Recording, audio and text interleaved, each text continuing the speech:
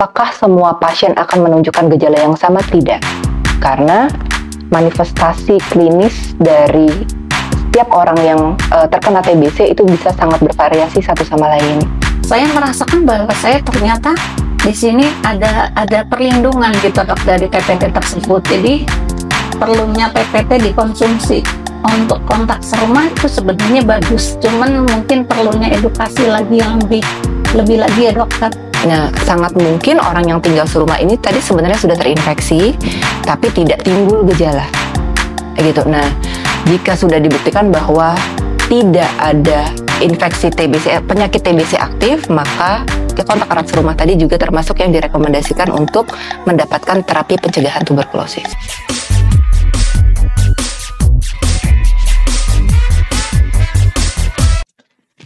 Hai Healthies, bertemu lagi dengan saya, Audi Ramantio, di Kementerian Kesehatan Podcast, Kemenkes.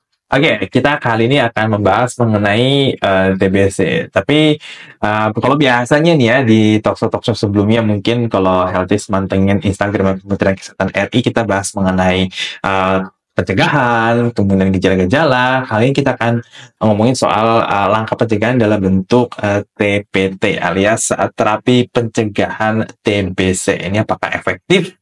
Dan kita akan mendengarkan dari perspektif klinis dan juga pengalaman yang pernah mendapatkan TPT. Langsung aja saya perkenalkan narasumber saya. Di sebelah saya ini ada Dr. Mira Yudanti dari Perhimpunan Dokter Spesialis Penyakit Dalam Indonesia dan Ibu Jatmina. Halo, selamat siang Dr. Mira, Bu Jatmina. Selamat siang. Gimana kabarnya Dr. Mira? Alhamdulillah baik. Bu Jatmina gimana kabarnya? Alhamdulillah. Baik, terima kasih Dr. Mira, Ibu Jatmina sudah mau berkunjung nih ke studio Kementerian Kesehatan Podcast. Nah, sebelum kita bahas mengenai TPT, ada baiknya nih kita mungkin kembali mengulang lagi ya supaya Healthies nih ngelotok di kepala nih tentang TBC itu apa gejalanya, apa faktor resikonya apa. Oke, mungkin boleh dijelaskan terlebih dahulu, Dr. Mira, itu sebenarnya penyakit TBC itu penyakitnya seperti apa dan bagaimana cara penularannya? Baik, terima kasih Mas. Jadi, untuk penyakit TBC itu adalah penyakit infeksi yang disebabkan oleh bakteri Mycobacterium tuberculosis. Nah, penyakit infeksi ini masuknya adalah melalui saluran pernafasan. Paling sering parkirnya itu di paru, menyerang organ paru, tapi selain itu dia juga bisa menyerang berbagai organ lain. Benar-benar dari ujung kepala sampai ujung kaki bisa terserang. Jadi mulai ada yang namanya TBC otak, TBC mata, TBC kulit, TBC kelenjar, kemudian bahkan TBC payudara, TBC saluran reproduksi, itu semua bakteri TBC bisa bersarang di organ-organ tersebut. Gitu, Mas. Oke, baik. Dan untuk penularannya nih, Dr. Mira, apakah virus itu masuk ke dalam tubuh kita karena kita hirup atau bagaimana? Atau memang penularannya memang sebagian besar dari manusia ke manusia? Iya, sekali lagi ya, itu bukan virus tapi bakteri. Bakteri. Ya, jadi berbeda. Untuk bakteri Mycobacterium tuberculosis ini penularannya melalui udara. Jadi sifatnya airborne, bahkan sebenarnya lebih menular ya daripada COVID. Kalau COVID kan droplet, gitu.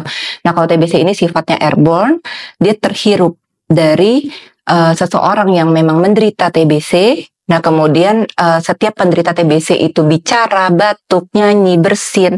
Nah, itu akan potensial untuk menyebarkan bakteri MTB ini ke udara dan kemudian bisa masuk ke tubuh kita melalui pernafasan. Seperti itu. Dan itu bisa jarak jauh nggak sih? Dok, misalkan tadi kan saya bilang misalkan setiap pasien TB itu ngobrol, nyanyi atau apa gitu kan, kan airborne kan, bisa bakterinya keluar, tapi pun di sekitarnya dia tuh nggak ada orang gitu kan, cuma dia ke bawah angin dan akhirnya bisa masuk orang lain kayak gitu.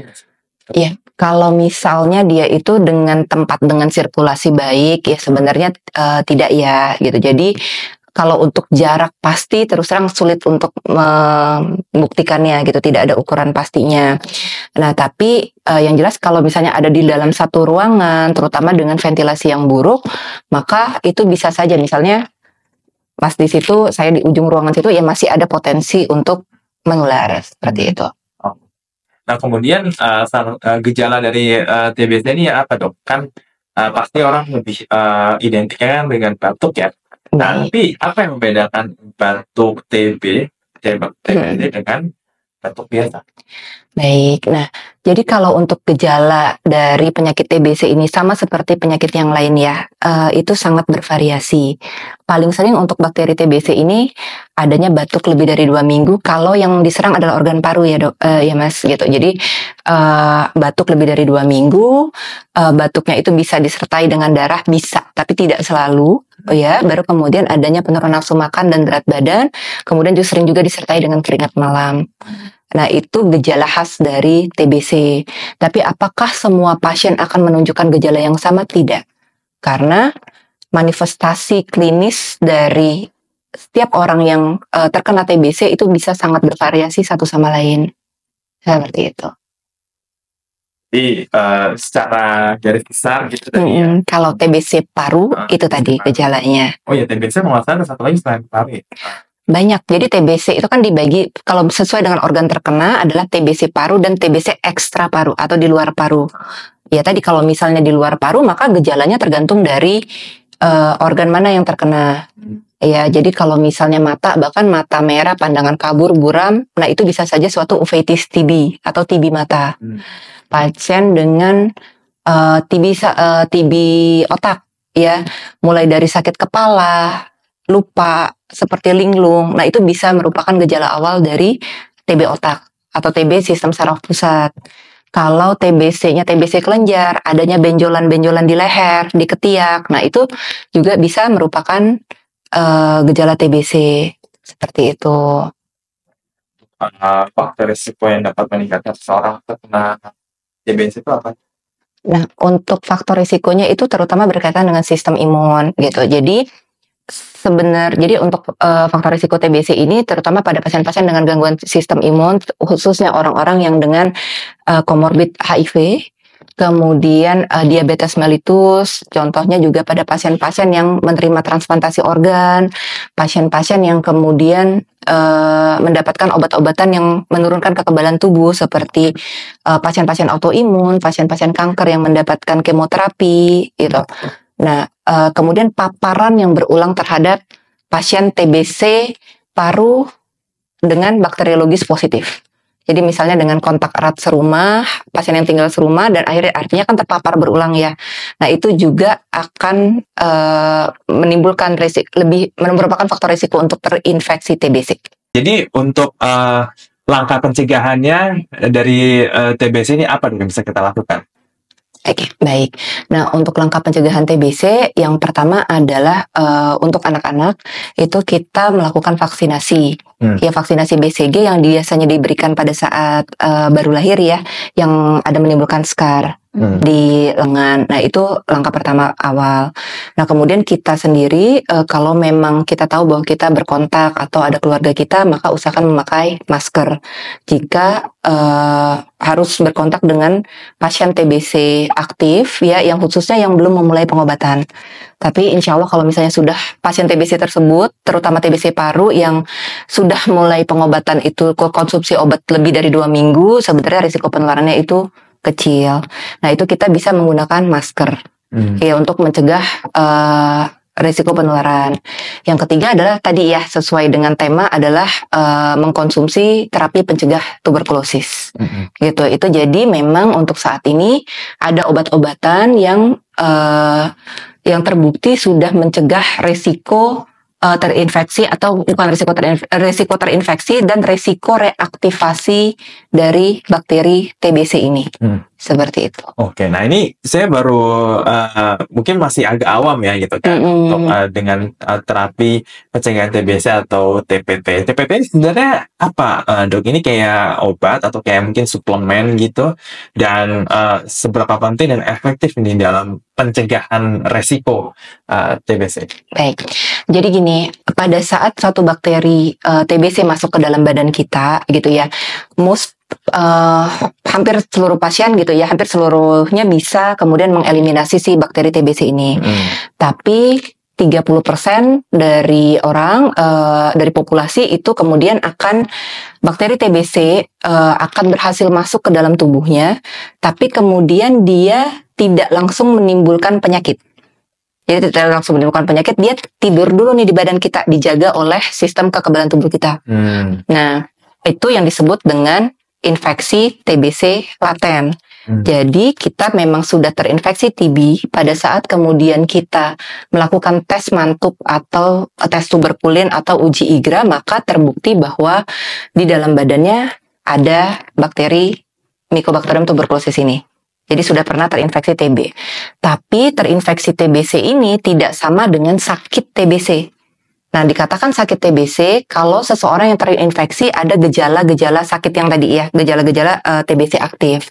Nah, terapi pencegahan TBC ini adalah tujuannya terutama untuk mencegah supaya TBC yang tadinya memang sudah ada di dalam badan kita itu tetap tidur dan tetap bisa dijaga oleh sistem imun kita supaya dia tidak sampai berkembang biak, tidak sampai kemudian menjadi banyak, kemudian bersirkulasi dan akhirnya menimbulkan penyakit. Seperti itu. Nah, bentuknya obat. Ada beberapa regimen dan ada beberapa pilihan gitu ya. Jadi yang tersedia untuk saat ini itu ada yang namanya isoniazid.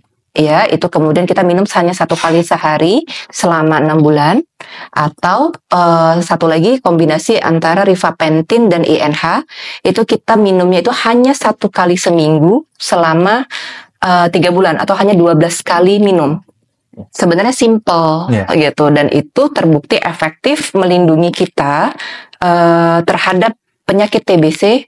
Itu untuk efek protektifnya memang dari penelitian-penelitian itu dikatakan bisa proteksi kita bisa sampai 5 tahun, 3 sampai 5 tahun. Seperti itu.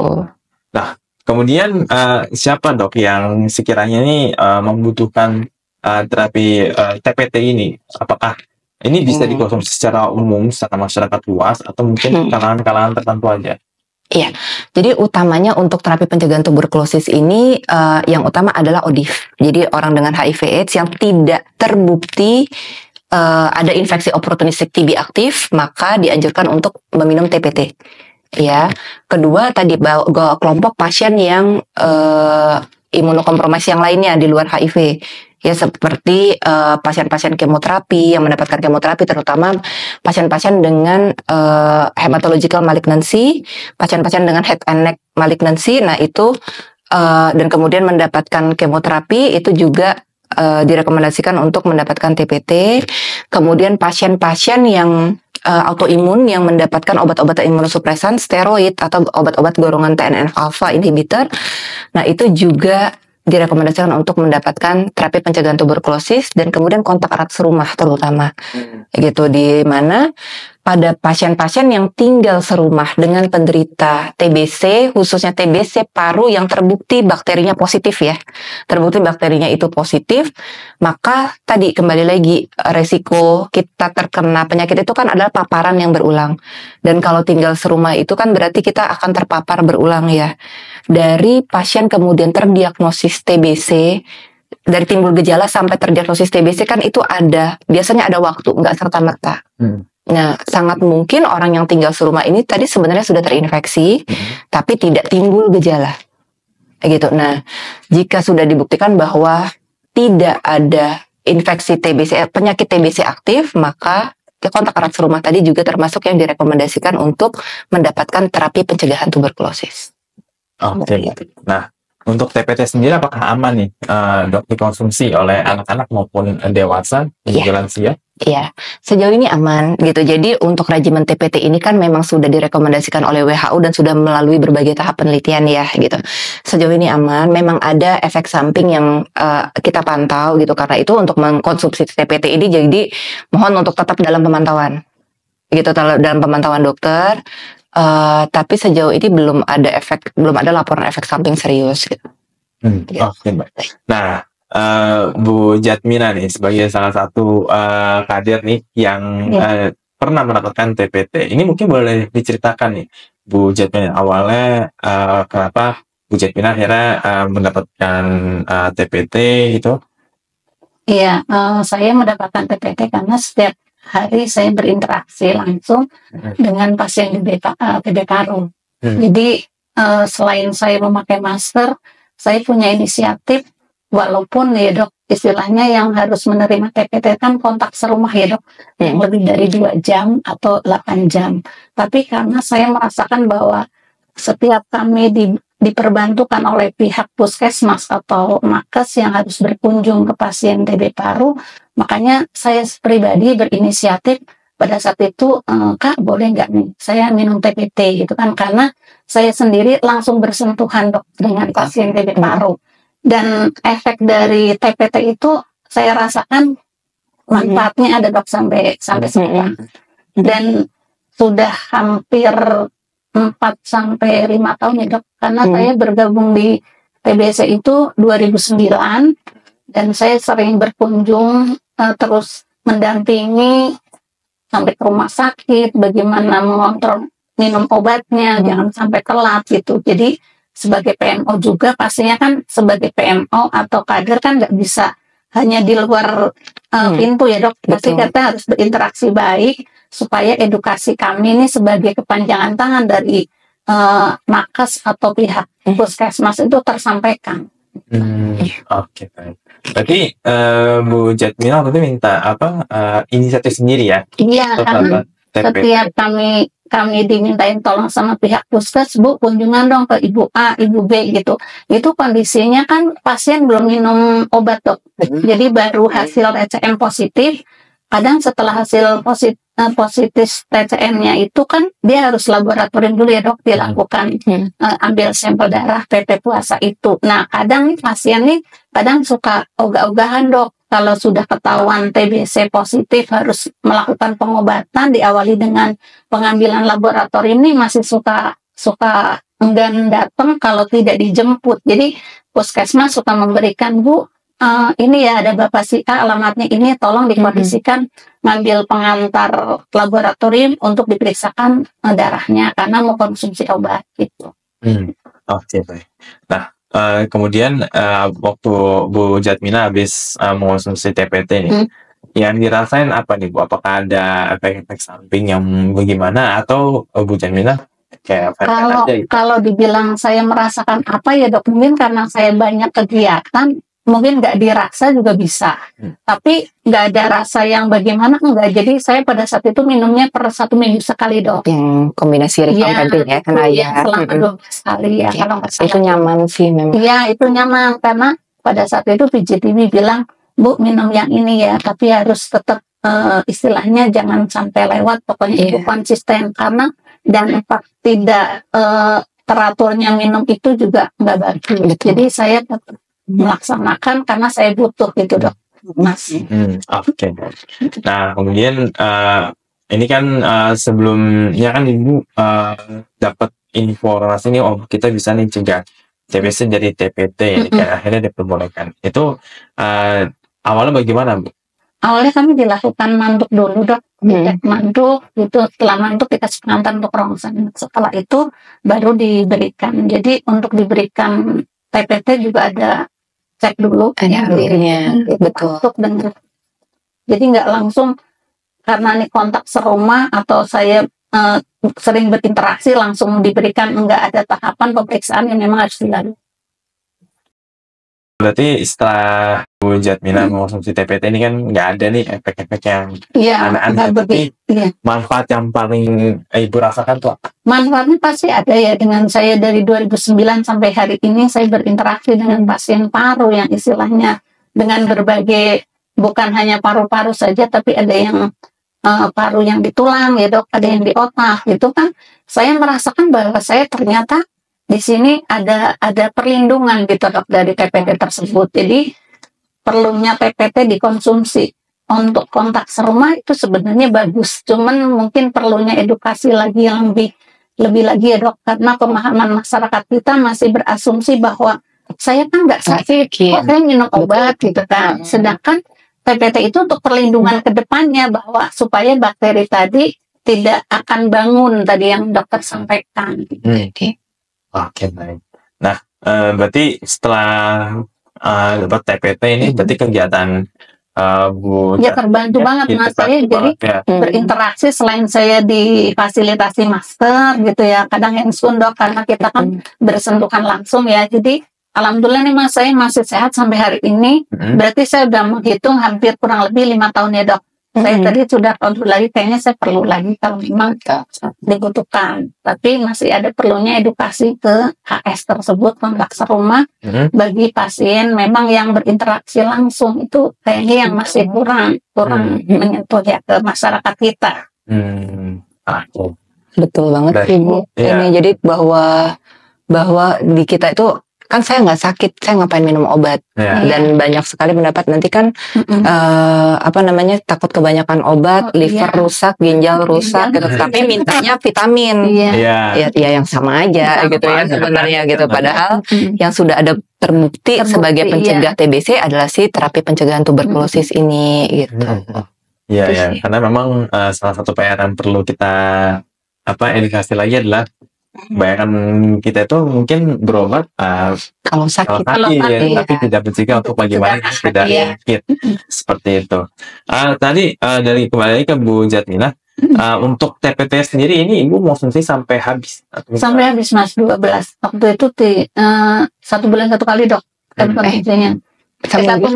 Satu minggu 1 kali saya konsumsi, karena pada saat itu diberikan yang memang 12 kali pemberian. Jadi saya minum. Dan alhamdulillah manfaatnya ada gitu loh. Jadi pastinya saya harus sudah memberikan edukasi nih Mas ke lingkungan kita yang terdekat.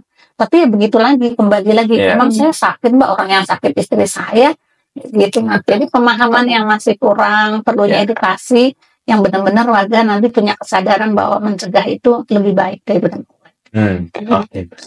Nah, berarti Bu Jatmina ini merasakan sekali ya manfaat dari TPT, mau juga sampai habis. Nah, kalau dari Dokter Mila sendiri nih, apakah memang TPT itu harus langsung sampai habis nih dok? Kalau misalkan kita nggak habis gitu, apa dampaknya nih jika kita tidak menyelesaikan TPT itu? Baik, jadi dosis TPT itu memang harus diselesaikan ya, dan diminum sesuai dengan aturannya. Dan begitu juga pada saat mengkonsumsi TPT tetap harus kita pantau apakah timbul gejala TBC aktif. Ya, itu tetap harus. Nah, apa yang mungkin saja timbul jika tidak konsumsi TPT secara lengkap, ya efek proteksinya mungkin tidak maksimal.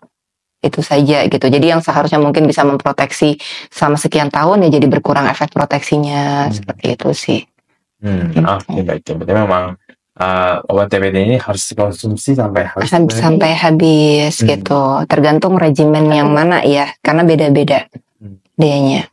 Oke, baik. Nah, kemudian dari Bu Jatmina sendiri nih, ketika akhirnya memutuskan untuk mengonsumsi TPT, apa yang memotivasi Bu Jatmina sampai mau inisiatif sendiri gitu? Karena ya tadi Mas, saya berinteraksi sering tiap hari, hampir setiap hari. Kami kan ada pendampingan, ada ke rumah sakit, ada harus ngantar obat, harus mantau juga, harus nantinya per 14 hari itu Mas, pasien harus dicek dahaknya kembali. Kita kalau tidak mengedukasi, mereka merasa bilang, Mbak saya ini udah sehat loh, batuk saya sudah berkurang, nggak kayak kemarin. Mereka biasanya akan memutuskan pengobatan Mas. Makanya perlunya kami berkunjung kembali ke pasien paru yang memang pengobatannya 6-9 bulan itu, ya perlunya kami membentengi ya dok, membentengi perlindungan diri saya sendiri selain masker tadi. Biasanya sih orang-orang yang sudah melihat betapa beratnya dampak TBC ke pasien itu akan berusaha memproteksi dirinya gitu. Soalnya luar biasa Mas, kasihan gitu loh. Apalagi kalau ibu terkena, ibu potensial untuk menularkan ke keluarga ibu juga kan, ke orang sekitar gitu. Saya berinteraksi terus kan dok, saya terus membentengi saya. Keluarga kecil saya dulu deh gitu kan dok. Gitu. Oke. Nah, saya mau permainan sedikit nih. Kalau Bu Jatmina nih berarti jadi kadet di wilayah Jakarta. Saya memang tinggalnya di Pulau Gadung, tapi saya membawai untuk 5 PKC dok, 5 kecamatan di Jakarta Timur. Jadi ada 2 terbagi koordinator, ada Jakarta Timur 1 meliputi 5 kecamatan, saya 5 kecamatan. Untuk penanganan parunya. Oke, baik. Nah, untuk TBC sendiri nih, apakah di wilayah tersebut itu cukup banyak dan rata-rata mereka itu resikonya?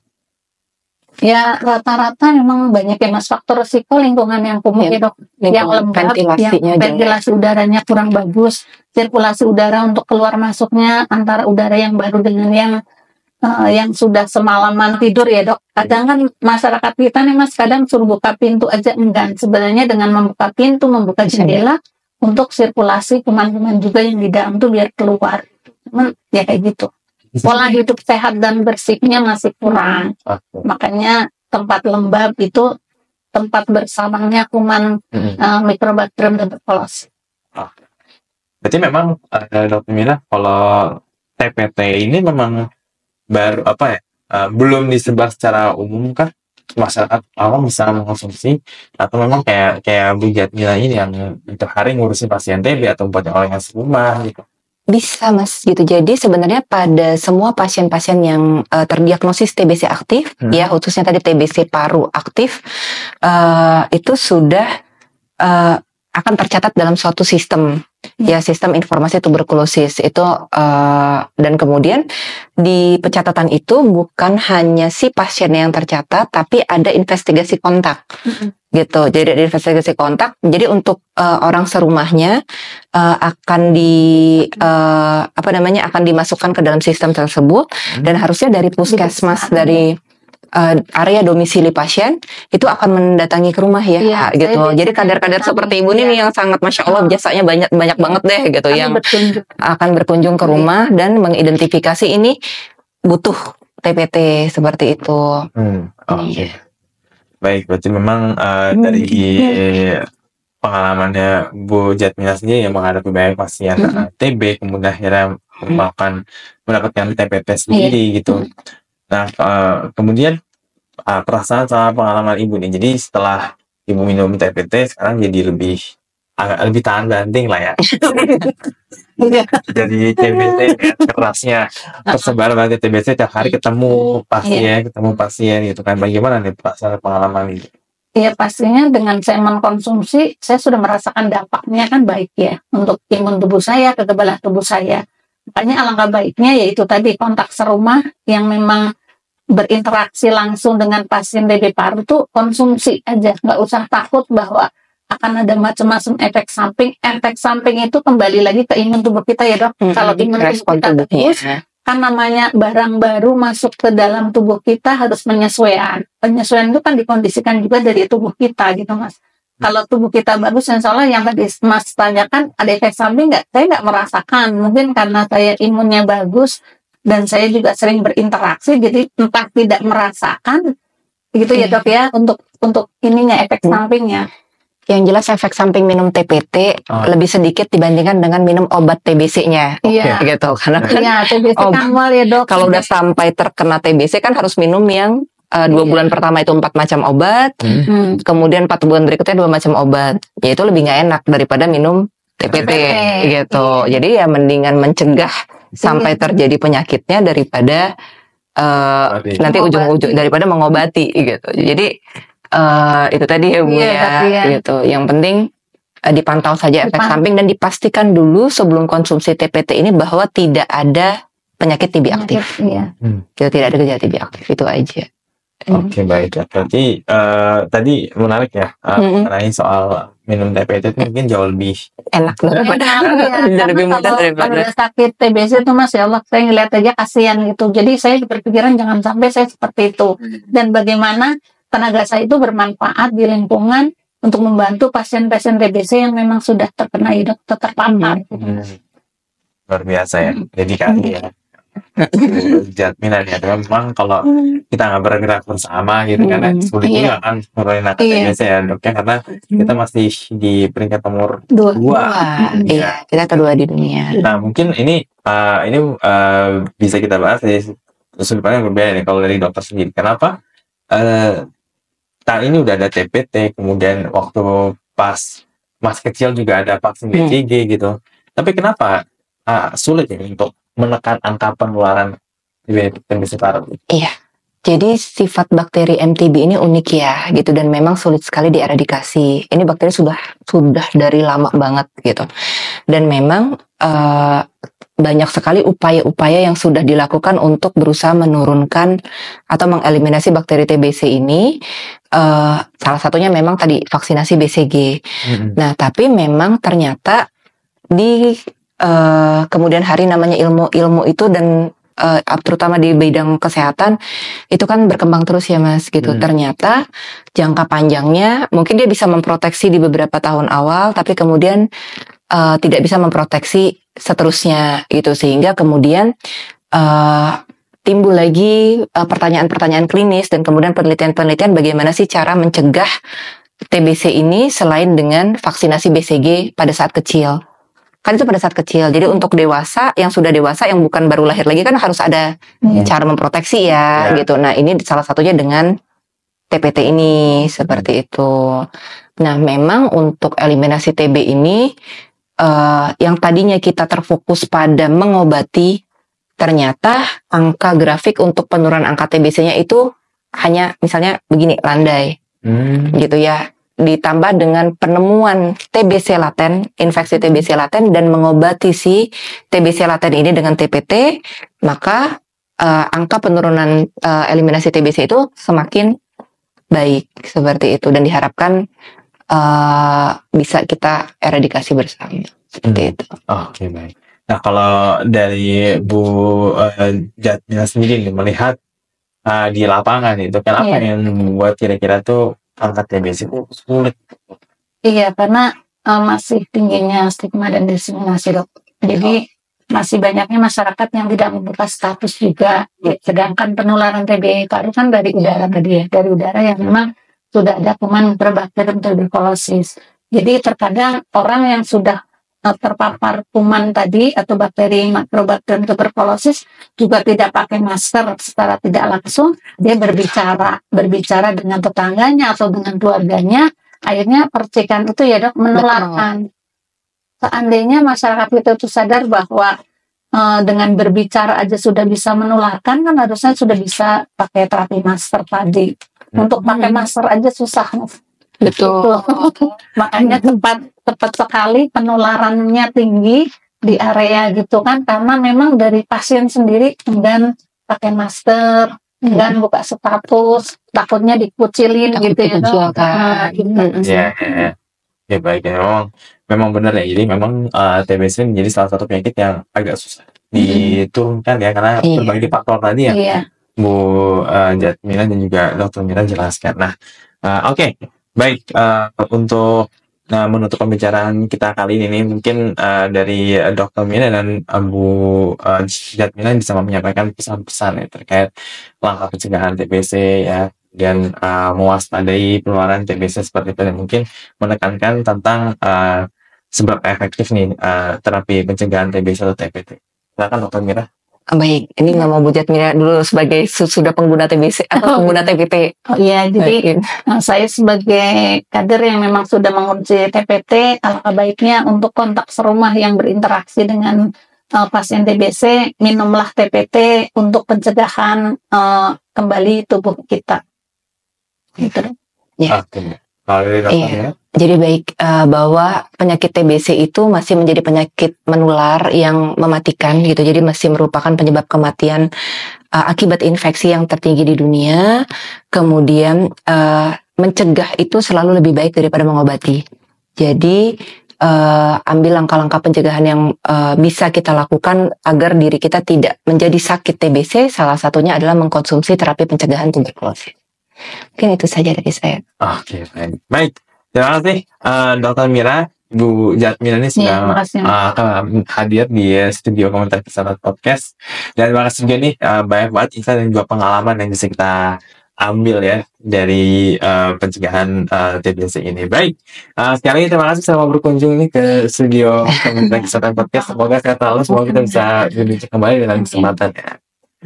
Oke, Healthies, itu dia podcast kita kali ini mengenai terapi pencegahan TBC atau TPT, seberapa efektifnya, dan kita sama-sama sebagai masyarakat yang menjaga diri kita dan juga keluarga kita dari resiko TBC dengan ya menciptakan lingkungan yang bersih minimal dari rumah ya. Kemudian jika ada yang batuk pakai masker ya jangan dibuka. Oke, baik, kita akan ketemu lagi di podcast komunitas tentang podcast lainnya. Saya Dara Mantio pamit undur diri dan saya ucapkan salam sehat.